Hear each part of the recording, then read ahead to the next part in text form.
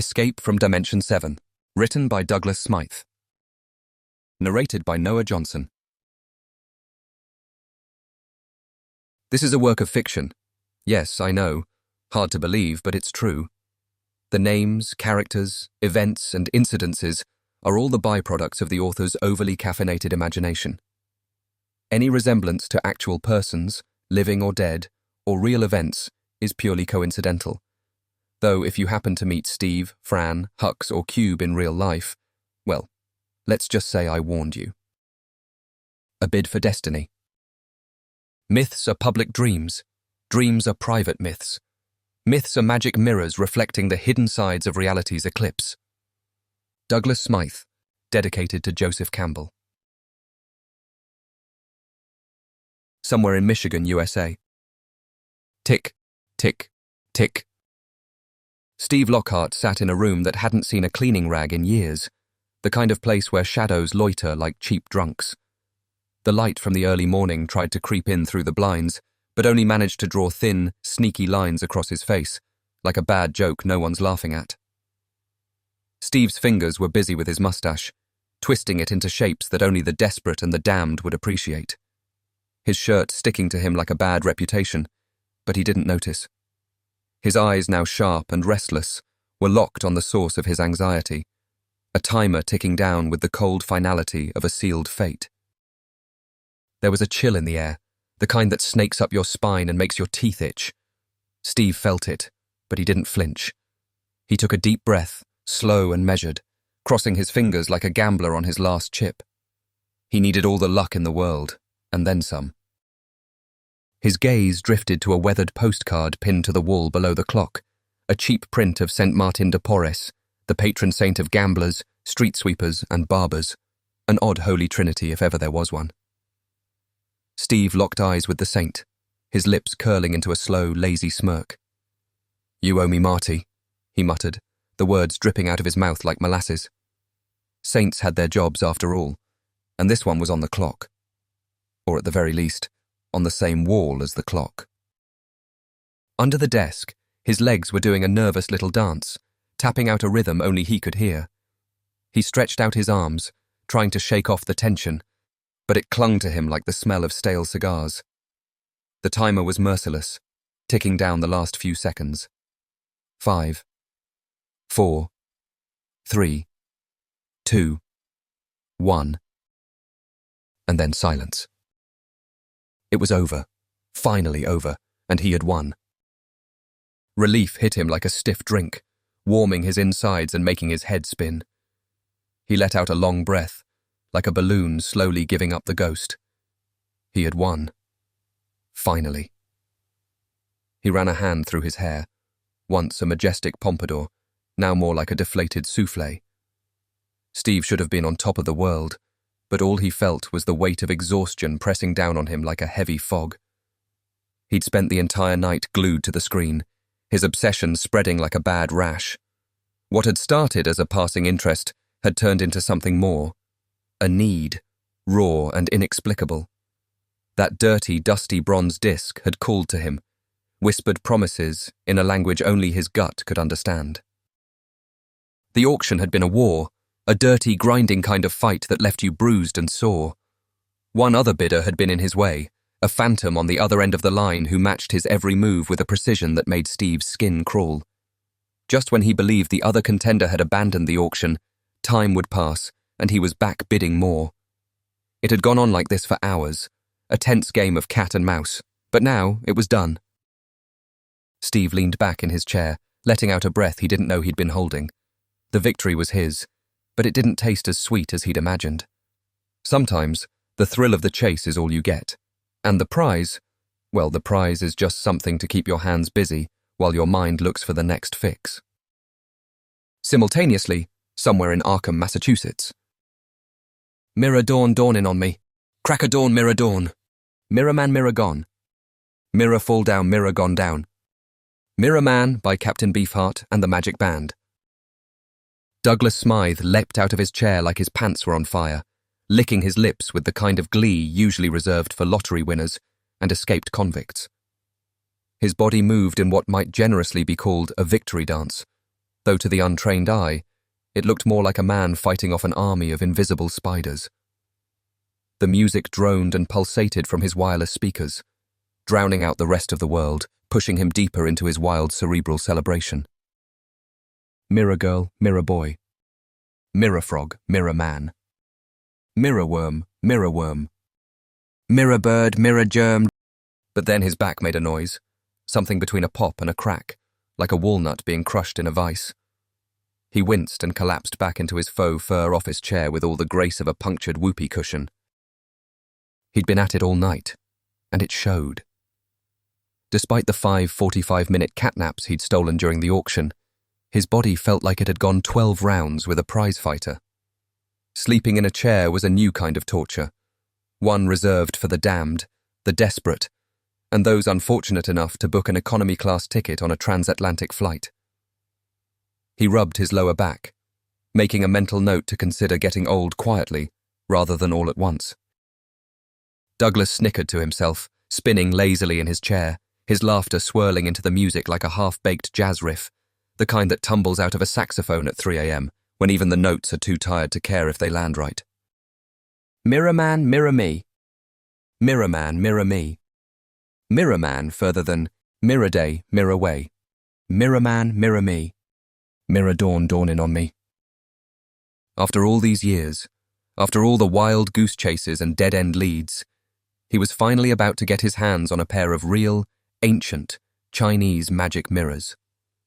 The kind of mirrors that belonged in myths and museums, not on auction sites. Clearly the seller had no idea what he had, just some old junk to unload for a quick buck. And as for the rest of the world, they too were blissfully ignorant. Well, almost the rest of the world. There had been one other bidder, but they were now just a memory, a blip in the rearview mirror of Douglas's triumph. He grinned, a wide, satisfied grin, and reached for the chain around his neck.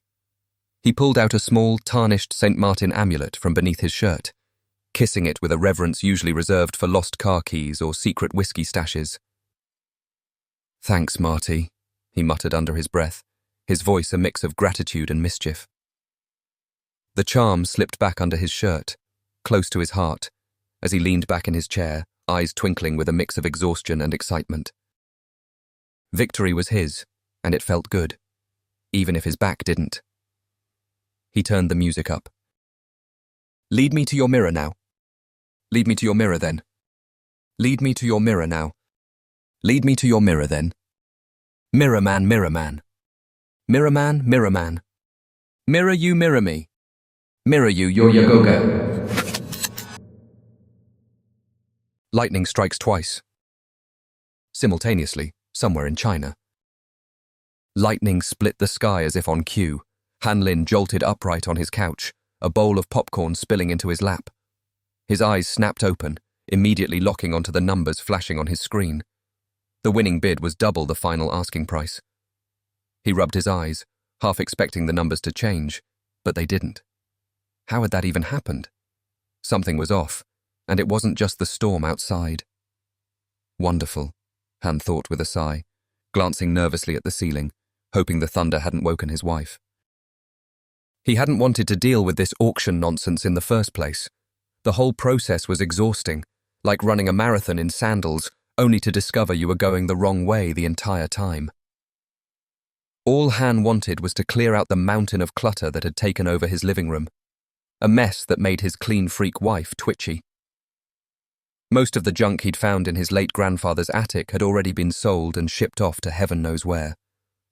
All that was left were these 2 bronze discs and a ring of old metal keys.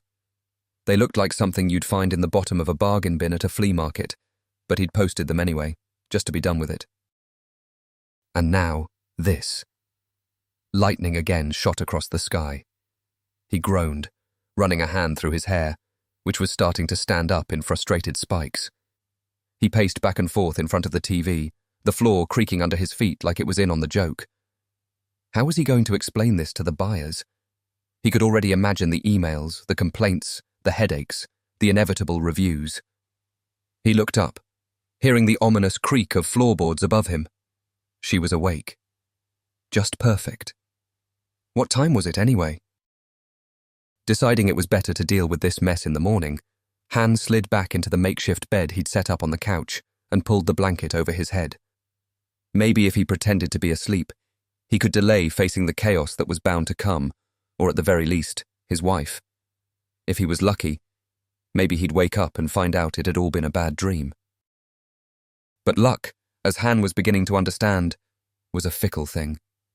And right now, it was nowhere to be found. Popcorn crunched under him.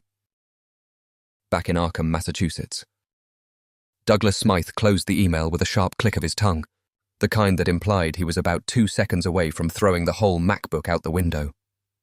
A frustrated gurgle escaped his throat, a noise that sounded less like a human being and more like a harmonica being played underwater by a very confused octopus. His handlebar moustache curled upward, mirroring the turmoil boiling within him, as if it had a mind of its own and was equally fed up already with the day's events. He had been so close. So damn close. The auction had been an honest mistake, if you could call a blunder that might lead to the end of civilization honest.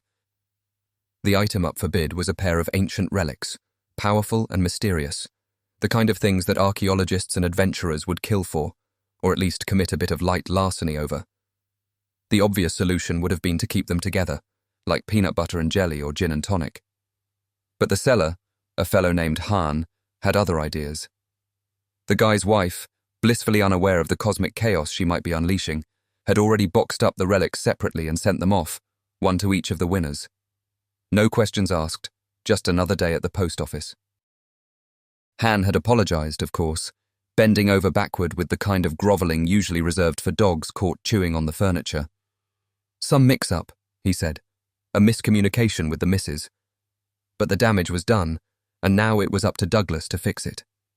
He needed to track down the other winner and reunite the discs before something catastrophic occurred, like the end of the world, or worse, a call from his mother-in-law. Unfortunately, all Han could legally provide was the buyer's country, an entire country, the USA. Great. Just great. Douglas sighed, feeling the weight of this mess settle on his shoulders like a wet blanket on a cold day. Lovely, he muttered, knowing full well that lovely was about as far from the truth as you could get. Arrival of the dark disk. Meanwhile, somewhere in Michigan, USA, Steve Lockhart drove up his driveway, his eyes immediately locking onto the package waiting for him on the front steps. After a grueling day in the grease lab, the sight of it was like a cool drink on a hot day, or better yet, like Christmas morning without the annoying relatives. Despite the seller's odd explanation about some mix-up during the auction, Steve wasn't about to let it ruin his mood. The guy had divided the pair of mirrors between him and the other winner, and as a sweetener, had refunded half his payment. Besides, who needed 2 mirrors anyway? One was more than enough for a guy with a naturally bitchin' mustache. He picked up the box, his ears perking up at the sound of something metallic clinking inside. Steve frowned, hoping it wasn't damaged. That would be just his luck. Win something rare, only to have it show up busted, like biting into what you think is cacao, only to taste the bitter disappointment of baker's chocolate. He unlocked the door and stepped inside, the house eerily quiet with his family away for the weekend. But Steve wasn't alone. From the shadows atop a bookshelf, Cube, a small, matte black figure, hovered silently, its unseen eyes fixed on Steve like a cat watching a particularly slow mouse. Cube had a knack for blending into the background, a skill it used to observe its owner, Douglas, with a level of judgment that would put most in-laws to shame. Steve set the package on the table, unaware of the unfolding drama that had just arrived on his doorstep. As he reached for a butter knife to open it, Cube's sensors whirred quietly, ready to witness whatever madness was about to be unleashed. Back in China. Han shut down his computer with a sigh, feeling a rare sense of satisfaction. The situation had been resolved. Both buyers had accepted his solution, and more importantly, they wouldn't be leaving him any bad reviews. Not that it really mattered. His online selling days were over. The clutter was gone, and his wife's nagging had finally quieted. Well, almost. There was still the matter of that old ring of keys, that his wife had accidentally, or maybe not so accidentally, packed with one of the mirrors. Han had a sneaking suspicion she'd done it on purpose, just to be done with them. He chuckled to himself. Women had their ways. In Arkham, Massachusetts. Douglas Smythe sat at his kitchen table, the package before him like some ancient tomb waiting to be cracked open. His pocket knife slid through the tape with ease, the kind of skill that comes from years of practice, or maybe just one too many late-night thrillers. Inside, wrapped in tissue paper as delicate as brittle bones, was the bronze disc. It was heavier than it looked, a weight that spoke of things best left unsaid. Holding it felt like holding a piece of the night sky, as if a meteorite had found its way into his hands. He peeled away the last of the paper, revealing a surface covered in a rusty orange patina. It was far from the shiny, polished mirror of legend. "Thank the gods," he muttered under his breath. As long as the mirror's surface remained obscured, there was no immediate cause for alarm. But Douglas knew better than to trust appearances. He wondered if Cube, his ever-watchful, multi-dimensional ally, had any luck tracking down the other half. Friends from other dimensions had their uses, especially when it came to finding things that didn't want to be found. Enigma of corroded glass. Steve's basement workshop. Steve Lockhart whistled a Captain Beefheart tune as he fired up the buffer, the machine humming to life with the enthusiasm of a caged animal finally set free. The centuries-old patina didn't stand a chance against the buffer's relentless assault. At first, Steve was disappointed by the mirror's dull appearance, but at least it wasn't damaged. The seller had even tossed in an old ring of keys, a nice touch that made Steve think about leaving a glowing review. Not that he usually bothered with reviews, but hey, the guy deserved it. Cube hovered silently in the shadows, watching Steve work. Steve stopped the buffer for a moment, his hand reaching for the bare bulb hanging above his head. The mirror was almost polished enough to see his reflection. He let go of the light and returned to work, but Cube's sensors were on high alert. The little machine had a bad feeling about this, one of those gut instincts it had learned to trust after too many close calls. Douglas's bedroom. Douglas fumbled under his bed, startling dust kitties, searching for his journal. He kept certain books close, real close, for those moments when thinking fast was the only option. This was one of those moments. His journal wasn't some vanity project for future generations. It was a place where ideas took shape, where half-formed thoughts turned into plans. His hand finally landed on the familiar texture of faux leather, the spine creased from countless late nights. The gold lettering was faded, the serifed characters barely legible, like a worn-out whisper. Rolling back onto the bed, he pulled the reading lamp closer, its light concentrated and exact. He flipped open the journal, the pages crackling with the weight of what was to come, and began to write. What do I know about mirrors? I know historians love to tell you that the first metal mirrors were hand-cast and polished bronze. A nice little factoid for a trivia night, but that's usually where they call it a day. What they don't tell you is that this shiny, rich man's pot metal did more than just reflect our faces. It reflected something much deeper. It changed how we saw ourselves, literally. The mirror wasn't just a tool, it was a portal. A portal into our own vanity, sure, but also into something profound. Ever notice how quickly the con men of history figured out that shiny things could be a weakness to exploit? That was no accident. It's like we are all running on outdated software, and mirrors were the first bug in the system. Maybe it's an instinct, something buried deep in our DNA. Our attraction to high shine goes way back. Water, the most essential resource when it comes to our survival, reflects. So it makes sense that our monkey brains would be drawn to anything that glistened. We literally thirst for it. 7 million years of evolution, and we still haven't figured out how to break that habit. Who knows? Maybe it'll be useful again, or maybe it'll just get us all killed. Now, what about the mystical side of mirrors? Oh, there's more at play here, all right. Douglas paused, letting his pen hover over the page like a detective waiting for a confession. He glanced up at his bookshelf. The shelves were filled with old National Geographic magazines, the yellow spines neatly aligned like soldiers standing at attention. He remembered an article he'd read once in them, about Crazy Horse refusing to have his photograph taken for fear he would be robbed of his soul. Wise man, Crazy Horse. Back in the 1860s, when wanted posters were a form of clickbait, a guy didn't want too many pictures of himself floating around. Was it superstition? Or was Crazy Horse just smart? He was living in a world where your face on a piece of paper could be the difference between life and death. And he knew it. Masking that kind of survival strategy as spiritual mumbo-jumbo was just good branding. Douglas chortled, then returned to his journal. But the Far East. Now, they had a different take on mirrors. They didn't see your reflection as your soul captured. Oh no. To them, that was a demon staring back at you. Your evil twin or doppelganger, ready to take you down at the first sign of weakness. How interesting. Yes, the Chinese took it a step further. Enter the magic mirror.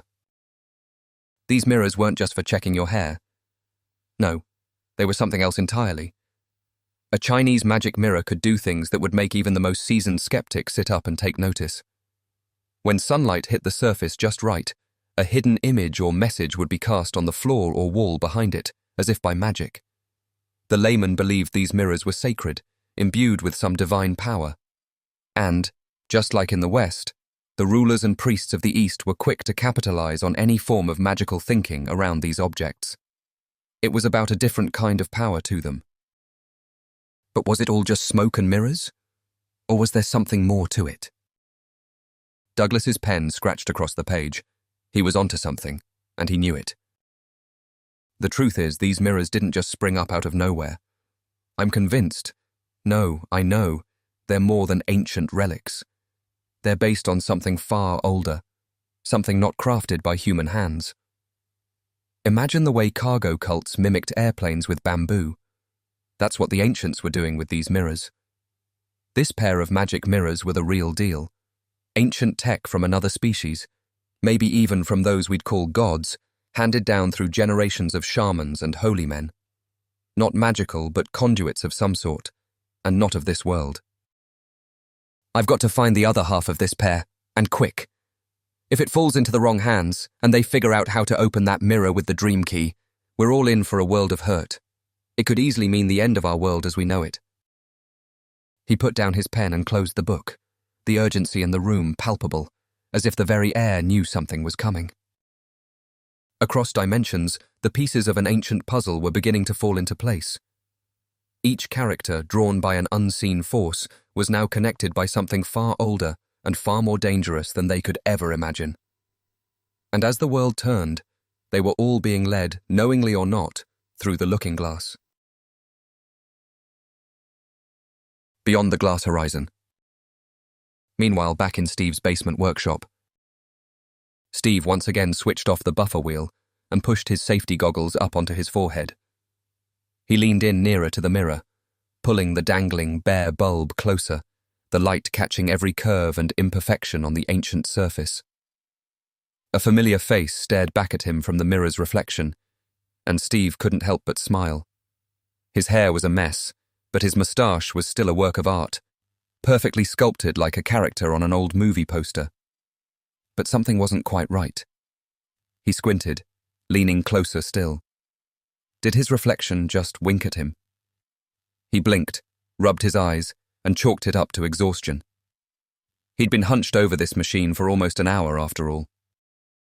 Then something else caught his eye, a faint, watery blue light that danced across the floor in front of him. He set the mirror down and stepped forward, only for the light to disappear like a guilty shadow. Steve muttered, crossing his arms. He was both puzzled and a little spooked. But then, a spark of curiosity lit up in his brain. He snapped his fingers as an idea formed. Picking up the mirror again, he angled it toward the bulb, adjusting it until he hit the right angle. 33 degrees, give or take.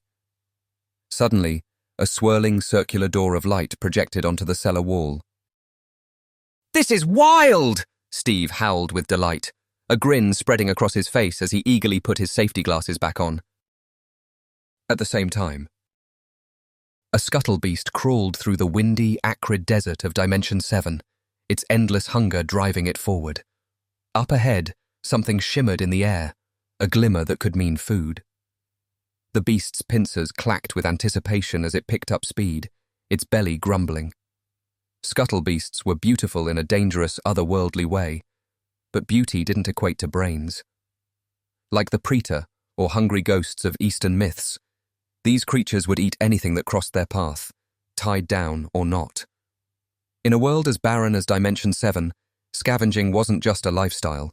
For a giant beetle, it was their curse. As the creature drew closer, its bottom jaw unhinged, widening to accept what it hoped would be its next meal. Meanwhile, back in the basement, Steve stood in front of the vortex, dazed but fascinated, holding a tape measure. Stirring up a mess of dust, he had rigged up a directional 30-watt shop light on his workbench and secured the mirror in an improvised, shop-rag-padded, multi-angle vise. For the last few minutes, he'd been staring at the portal, fully absorbed, his mind humming. A sudden sneeze snapped him out of his trance. With curiosity now fully awake, Steve extended the tape measure into the tunnel of light. After a moment, with a quick tap of the button, it retracted back into its case. He raised his goggles and inspected it closely. No melting, no scratches, no damage. It was perfectly fine. Emboldened, he tossed the tape measure onto the workbench and, against all better judgment, stuck his arm into the vortex. He immediately felt a heavy, oppressive humidity, like stepping into a greenhouse in midsummer. Did this magic door lead to Jacksonville, Florida? He chewed over the idea, considering a weekend getaway, when suddenly something brushed against his hand. Startled, he yanked his arm back. Glancing around the workshop, Steve grabbed the first thing he could find, the rusty old keys that had come with the mirror, and without a second thought, tossed them into the portal. On the other side, the Scuttle Beast recoiled, gagging as it swallowed the keys with a loud, wet quaff. Back in the workshop, Steve shrugged, took a deep breath, and jumped through the mirror, landing straddled across the spiny, slippery back of what could only be described as an elephant-sized insect. The creature was stunned for only a moment before it took off at a gallop, rocketing forward with Steve clinging on for dear life. The air was now dry, and hot sand whipped around him like an angry swarm of bees. Steve slid his safety goggles back down over his eyes and pulled the bandana from around his neck up over his mouth and nose. The desert soon gave way to a damp, steamy jungle, and the ride became even bumpier. Steve gripped the beast's antennae tightly like handlebars as they barreled through the dense undergrowth. A low-hanging branch threatened to knock him off, and he dodged to the right, but with too much oomph. He rolled off the giant bug and into the soft, lush ferns below. Landing on his back, he realized he was still holding one of the beast's antennae, now broken and the size of a walking staff, half of its original length. He nervously swallowed, taking in his strange surroundings and realizing he had absolutely no idea where he was or how he was going to get back home. With a resigned harumph, he let his head drop back into the vegetation. Steve's basement workshop, Michigan, USA. Cube, having observed the entire event, gulped loudly before zipping out of the basement. The little matte black figure shot up the stairs, through the living room fireplace, and exploded out the chimney in a powdery stream of soot. It had to get back to Arkham, fast. A man, a plan, a mystery. Phoenix Shaving Barn Lab, Arkham, Massachusetts.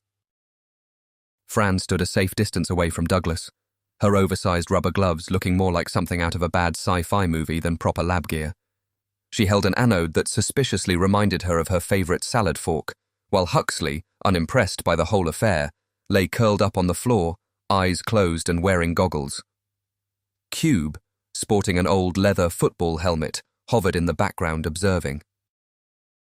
"This will only take a few seconds more, guys," Douglas called as he twisted a makeshift cathode, formerly a platinum-plated soup spoon, into the tank.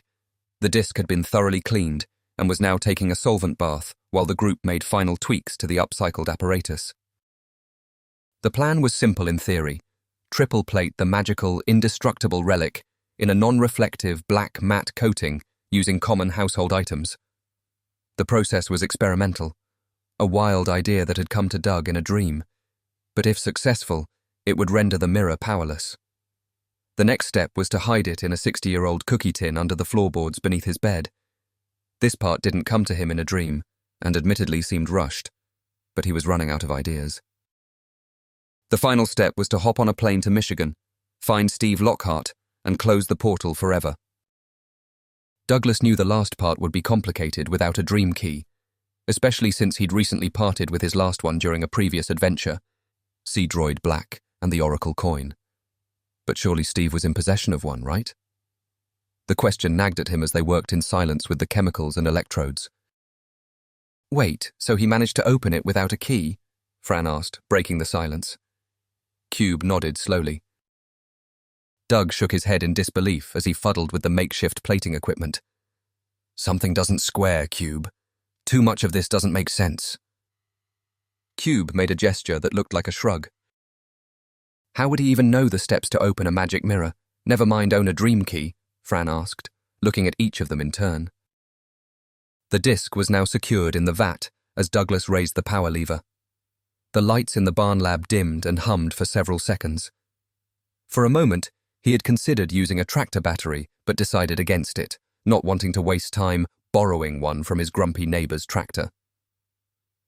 As the lights returned to full brightness, Douglas and Fran leaned over the vat.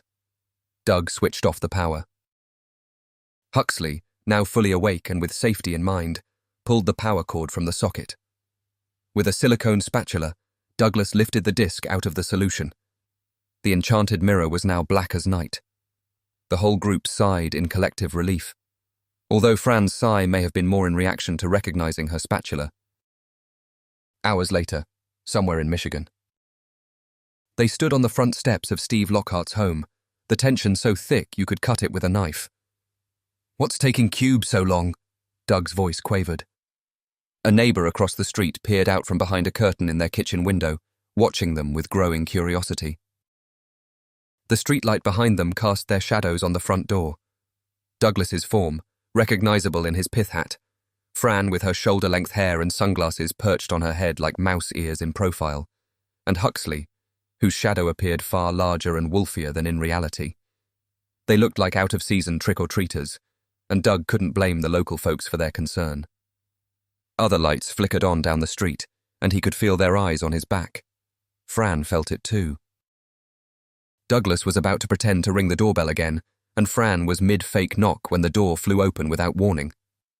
Cube, wearing a rag mop and a pink woman's bathrobe, stood just far enough back to avoid the prying eyes. As Fran shut the door, Cube shook off the impromptu disguise and led his friends down to the basement. The sound of the vortex reached their ears as soon as Cube zapped open the cellar door. They followed the churning, whooshing noise until the portal was in sight. It was a sight to behold. A whirling spiral of light, more like the size of a window than a door. But there it was, and who knew what lay on the other side? Dimension 7 or the Mirror Kingdom, depending on who you ask. Steve knew. Steve knew he shouldn't have stuck his arm into this strange world, but he had done it anyway. What a goon. Granted, he'd had the good sense to use his non-dominant arm, just in case things went south. But still, what had come over him? Ever since he first laid eyes on that magic mirror in the auction, it was as if some unseen force had been pulling his strings. Now, that feeling was gone, evaporated like a puff of smoke. Maybe the fall had broken the spell, or maybe it was the distance from the relic. He couldn't say. The last few hours were a blur. Accepting the reality of his situation, Steve realized this wasn't some crazy dream. He was somewhere, just not anywhere remotely familiar. He stood up from the rock he'd been sitting on, trying to collect his thoughts. The jungle around him was massive, the kind of primeval forest you'd expect to find in an old fantasy flick. Trees with trunks as wide as a house loomed over him, their branches cluttered like the thoughts in his head. At least he'd fallen off that creature before it dragged him too deep into this green labyrinth. Looking back, Steve could see the sharp line where the desert met the jungle. The border between the two was so stark it might as well have been drawn with a ruler. He could still make out the choppy trail the beast had left in the sand, but the wind was picking up, and the tracks wouldn't be visible for long. As for the portal, well, that was a different story. In the chaos of it all, Steve hadn't exactly had the wherewithal to take notes of the distance he was travelling. His introduction to this strange, mysterious world had been more of a crash landing than a smooth arrival, and his memories were still jumbled. But he knew the tracks would lead back to it regardless of how far or near it was. He needed to stay close to the gateway back to his world. His family would be home in a few days, and the last thing he wanted was his kids stumbling upon a cartoony gate to another dimension. That would be a nightmare of a different kind. Steve picked up his antenna-turned hiking staff and headed back into the barren desert, pulling his bandana over his face and lowering his goggles over his eyes once more. Titan Eclipse. Dimension 7, Desert Landscape. Douglas, Fran, Huxley, and Cube trudged through the desert, following the strange tracks left by some unknown colossal beast. At first they'd thought this may be a red herring, but after an hour of searching for clues, there were no human footprints, only the tracks of what looked like a giant beetle. Fran pointed this out with a mix of fascination and horror as she stood up and dusted herself off. "You don't see that every day," she quipped, her voice tinged with nervous laughter. The group fell silent, their attention turning to the desolate alien landscape. Where in the universe were they? And when? The sun hung weakly in the sky, half hidden behind sandy winds and amber clouds that looked like they belonged in a post-apocalyptic painting. What little light there was reflected off the dust in the air, creating a shimmering effect that was almost hypnotic. The air tasted like burning paper and copper, the kind of taste that made you think of a nosebleed. They all wore improvised face masks, except for Cube, who didn't need one. "Seriously though, the guy left no tracks. Are we sure he even came through?" Fran asked, breaking the silence. Doug nodded thoughtfully, wondering what kind of tricks Steve might have up his sleeve. Did Steve have some sort of multi-dimensional Uber app? Was someone, or something, waiting for him on the other side? Knowing what little he did about Steve Lockhart, Doug suspected it was possible. After all, this was the very same man who made his name discovering ectomagnetic goon grease from a crashed asteroid up north. Whether that stuff came from space, or if that rock had pierced the astral veil, it didn't matter. It was still the best pomade on the planet. Doug could appreciate this kind of eccentric dedication to product creation. Was Steve acting with intention? Did he know what he was doing? Or was he again just experimenting with a new product line? Douglas tightened the chin strap on his pith hat as the wind began to blow harder, sand stinging his face. They had been hiking for what felt like hours, and the sun hadn't moved an inch in the sky. The air was still cigar ash and shimmering, casting the whole scene in a sepia-toned haze. They joked about the enchanted fog, like they were strolling through a vintage postcard. Greetings from the abominable sands of Dante's Inferno. In the distance, a rhythmic crashing broke through the stillness, a sound too heavy to be natural, too deliberate to be ignored. It rumbled underfoot like a slow drumbeat, the kind that gets into your bones and stays there. The direction? Anyone's guess. The ground beneath them shivered, the tremors getting meaner, like the earth itself was catching a bad case of nerves. Then, just when they thought it was the new normal, silence. A thick, unnerving quiet that hung around just long enough to make them wonder if they imagined it all. But the stillness didn't last. The crashing started up again, closer this time, a brutal reminder that whatever was out there wasn't done yet. Then, without a whisper of warning, the world plunged into darkness. Fran gasped, the sound sharp and startled, like she'd just seen the sun snuffed out by some cosmic trick. An eclipse. Doug's hand went to his pocket, fumbling for his cell phone like it was a lifeline. He flipped on the flashlight, but the beam barely cut through the thick curtain of sand and dust swirling around them, wrapping them in a gritty cocoon. Whatever was out there was big, and they were blind to it. And just as suddenly as it vanished, the sun punched its way back through the gloom. But before they had time to catch their breath, the ground started up again, shivering like it was trying to shake them off, the tremors getting bolder, meaner, until it felt like the whole world was about to come apart at the seams. Fran locked eyes with Doug as they lay on their stomachs, hands over their heads, taking cover from an unseen threat. Doug's lips were moving, but she couldn't hear him over the calamity.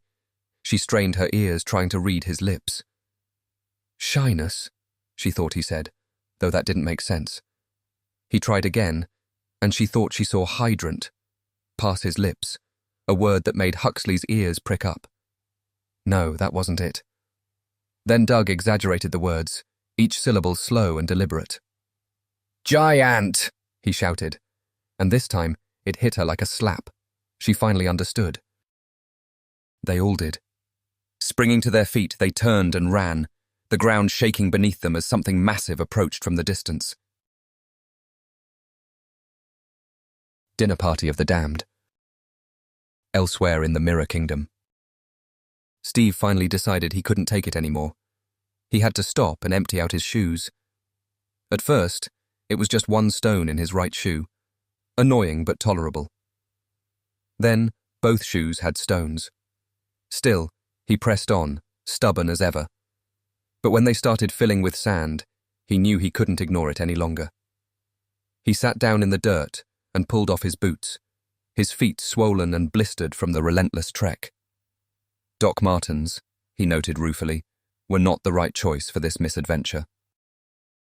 Had he made a mistake by heading back into the desert so soon? His mouth was dry as the Sahara, and the pangs of hunger gnawed at his stomach like a rat working over an empty cheese wrapper. He checked his watch, but the hands were winding in opposite directions, the date box fluttering like a bird with a broken wing. Wonderful, he muttered, with a strong hint of sarcasm. Suddenly, a buzzing sound filled the air, first up ahead, then directly above him. He looked up just in time to see the silhouette of something large and winged swooping down on him, talons outstretched like a hawk diving for its prey. Steve ducked and rolled as tarsal claws raked through his shirt, leaving a shallow, bloody slash across his back. He winced, a cry of shock and disgust escaping his lips.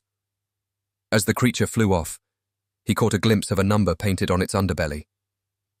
369. And then it was gone, like a bad dream you can't quite shake.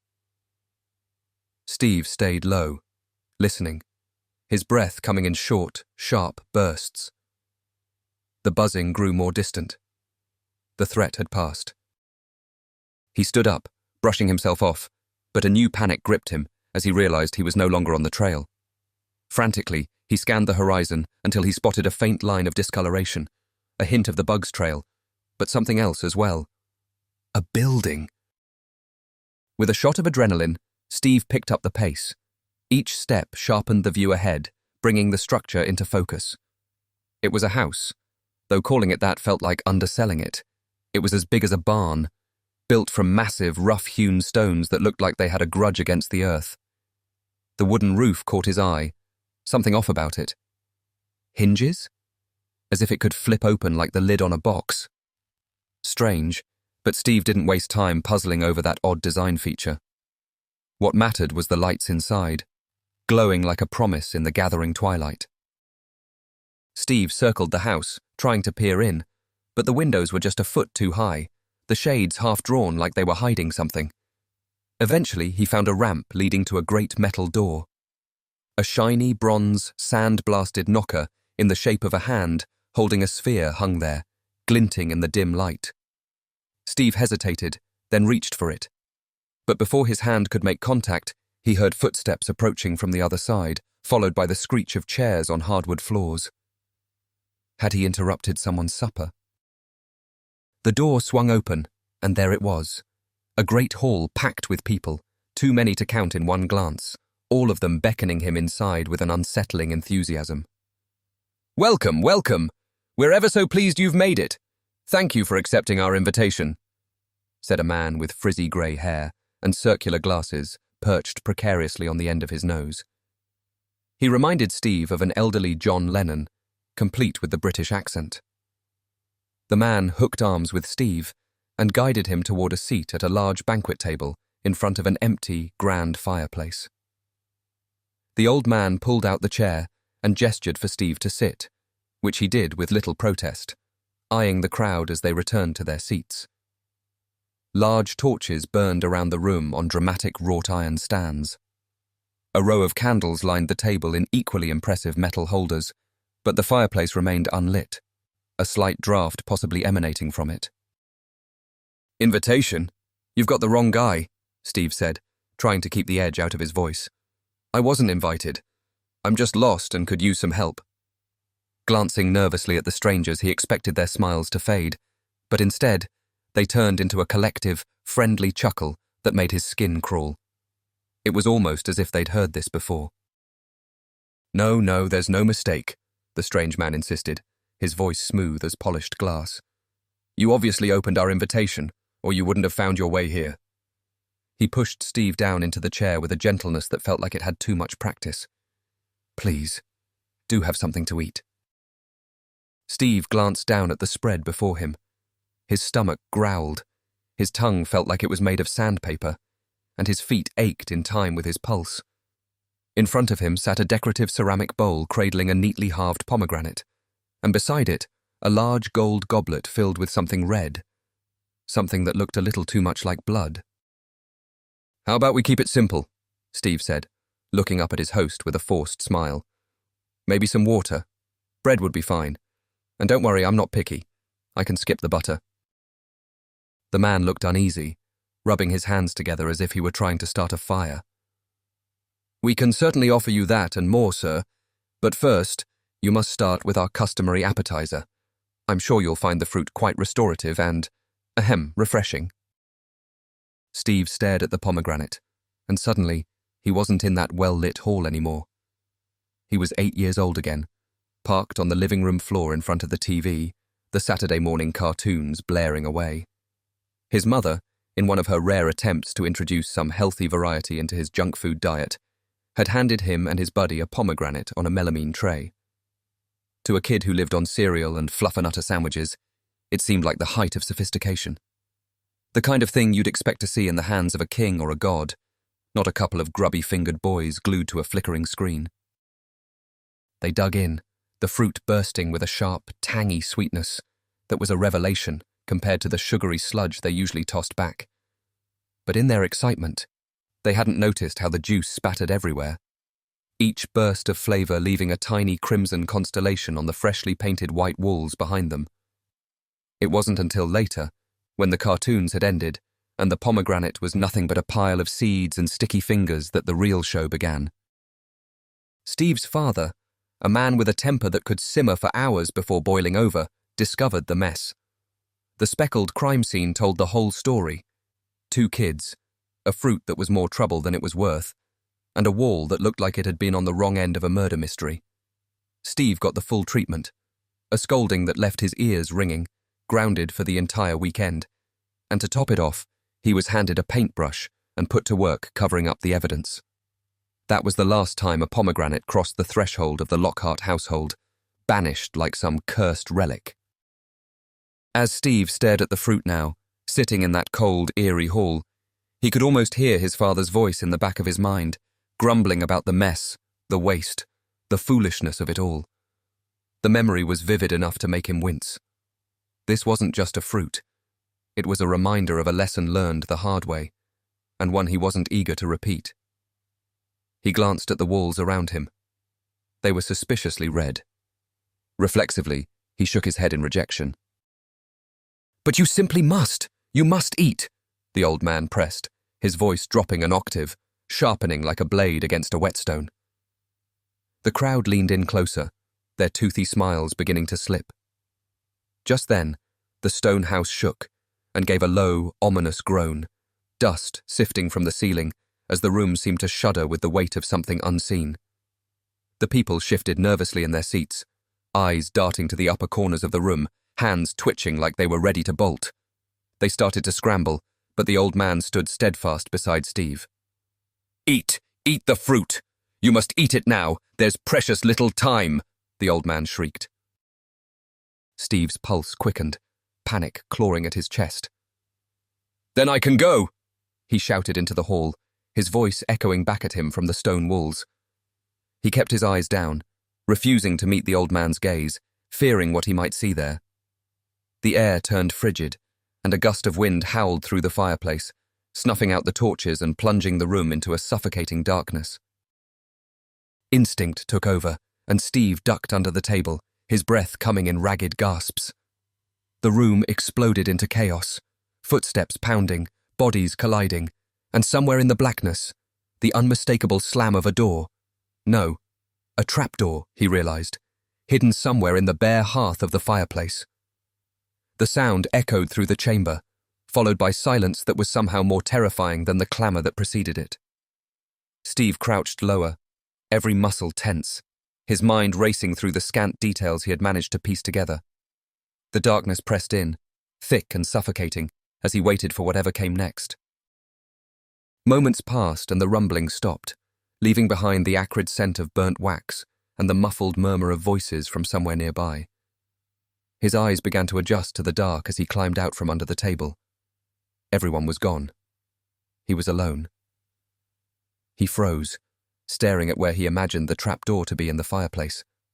After a dramatic pause, he darted for the front door, yanking it open, only to stop short, nearly colliding with Douglas, Fran, Huxley, and Cube. "Steve!" they hollered in unison, the sound hitting Steve like a car crash. He flinched, his heart skipping a beat, eyes wide as he took in the scene. Doug, noticing the shock etched on Steve's face, stepped forward, his voice smooth as bourbon. "Steve Lockhart, do you know who we are?" Steve blinked, his mind reeling, struggling to piece together the strange reality unfolding before him. He gave them all a long, searching look, like a man trying to recognize faces in a dream. Either he was having a breakdown, or Douglas Smythe and his crew had just waltzed into this surreal nightmare like they owned the place. He'd never met the legendary soapmaker in person, but he'd heard enough tales to fill a book, stories of wild adventures, close shaves, and improbable escapes. If this was insanity, Steve could roll with it. After all, there were worse ways to go mad. But if Douglas Smythe had somehow tracked him down to this twisted corner of reality, offering a way out, well, that seemed almost believable in a world that had stopped making sense long ago.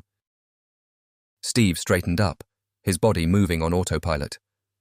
He adjusted his mustache with the accuracy of a man who'd done it 1,000 times, slid his goggles down over his eyes like he was preparing for the final act, and with a nod that spoke of both respect and resignation, he offered a sharp salute, then promptly fainted, hitting the ground before anyone could say another word. Welcome to the Mirror Kingdom. Steve slowly blinked as he came to, the backlit figure of the strange old man leaning above him. Panic surged through him, but before he could move, Doug, Fran, and Cube were at his side, gently steadying him. "It's okay, bud, it's okay. You're safe now. Lie back down and take it easy for a moment," Douglas whispered, giving him a conspiratorial wink that suggested this was just another day in the life. Steve looked around, realizing they were no longer in the great hall but somewhere beneath it. Candlelight filtered through cracks in the wooden floorboards above, casting eerie patterns on the walls. His eyes traced the ladder attached to the wall, leading up to what he guessed was the fireplace in the great hall. "I knew it," he thought. "I must apologize for what's happened," the old man began, his voice laced with a deep, sincere regret, the kind that comes from carrying a burden far too long. "But you must understand, we had no choice. We're bound to lure others like you to this place, to the coop. If we don't, Fang Fong will hunt down our families, our children, and their children, until there's nothing left but memories. It's a terrible fate, but one we cannot escape." He paused, the weight of his words settling in the air. The invitations, they're not sent lightly, nor are they quick to reach their intended recipient.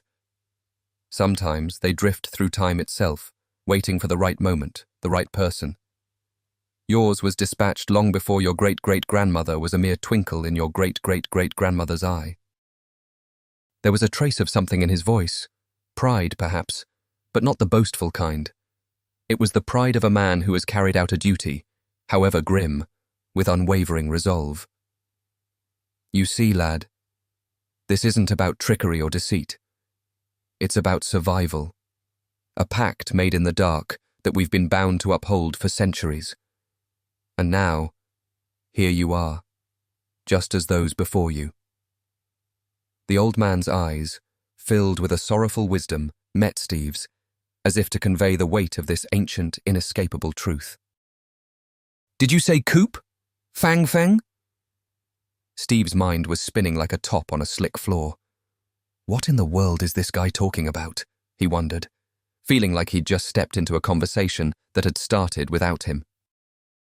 Doug, his grin cutting through the haze, looked at Steve. Good thing you didn't eat anything upstairs, he said, the relief in his voice so clear it made Steve second-guess his choices. Then, with a hint of camaraderie, Doug offered a fist bump, but Steve just left it hanging in the air. Steve blinked, still trying to piece it all together, the room spinning a little less now, but still unsteady. What? Why? Was it poisoned? He felt like he'd just woken up from a bad dream, but the details were still fuzzy around the edges. No, nothing so dramatic, Doug said, his tone light, but his eyes flicked nervously to the ceiling, as if he half expected it to come crashing down any minute. Just mildly enchanted. Had you taken a bite of anything in this house, you'd be stuck here, tied to this place, like a fish caught in a net. You'd never leave, not of your own accord anyway. Steve frowned, the fog in his brain lifting just enough for the next revelation to hit home. Douglas went on. And then there's the giant Fang Feng that keeps coops of humans. Steve's eyebrows shot up. Wait, there's a giant? Like a giant? His brain was doing its best to catch up, but it felt like it was running uphill in sand. Doug, ever the straight man, didn't miss a beat. No, the giant is average-sized. For a giant. His tone was deadpan, and Steve just stared at him, trying to decide if the guy was pulling his leg or if this nightmare was all too real. Steve tried again. What did you mean by coops? The question hanging in the air like a man trying to grab onto the last thread of sanity from a very frayed rope. Fran, sensing his confusion and frustration, stepped in, her voice soft but firm. Do you want the unabridged version or the abridged? She was trying to be helpful, but the truth was, in a situation like this, neither option was going to sound any less daunting. Steve mumbled something that might have been abridged, though it came out more like a groan. Doug caught the drift, nodded sympathetically and dove back in. Turns out our friend Fang Feng is some kind of oversized homesteader with a taste for both farm life and, well, human flesh.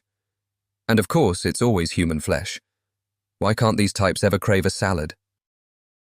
Steve leaned in, interrupting Douglas, lowering his voice to a cautious whisper. How can we trust these people?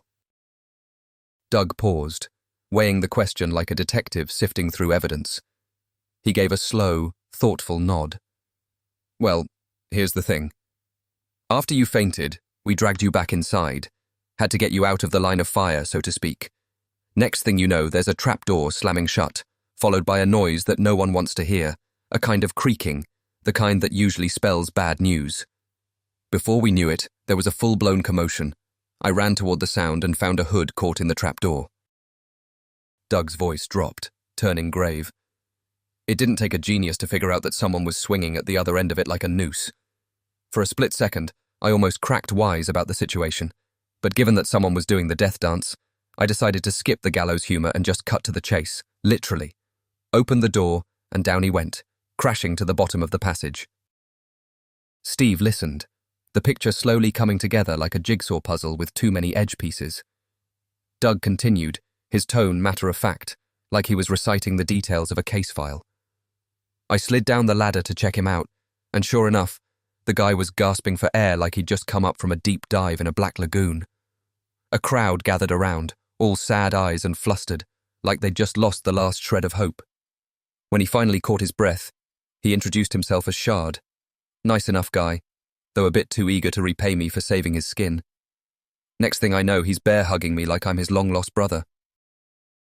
Doug gave a wry smile, shaking his head at the thought. Told him it wasn't necessary, that we were just trying to get our friend back and maybe grab a bite to eat. That's when he clued me in on the curse. How eating anything in this house binds you to it. Yada, yada, yada. Doug trailed off, realizing he'd given more of the long version than he'd intended. But Steve didn't seem to care. Doug shifted gears, extending his hand to Steve with a smile that was as steady as his voice. Anyway, where are my manners? Welcome to the Mirror Kingdom, Steve. Name's Douglas Smythe. Steve took the offered hand, the grip firm and reassuring. This man in the pith hat seemed far too calm and collected for someone without a plan. Please let him have a plan, Steve thought, as they shook hands like old acquaintances, about to dive headfirst into a mystery neither fully understood. I've got a plan,